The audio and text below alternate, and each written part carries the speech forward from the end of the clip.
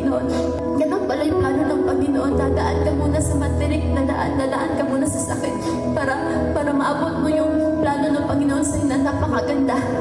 At yung family, nag-share na din ako ng Word of God, no, sa mga katulad ko, mga tao na hindi pa nakakilala ng Panginoon. Kaya it's a great privilege din na nandito ako sa iyong harapan para nagpapatunay na yung Panginoon na sineserve natin is buhay.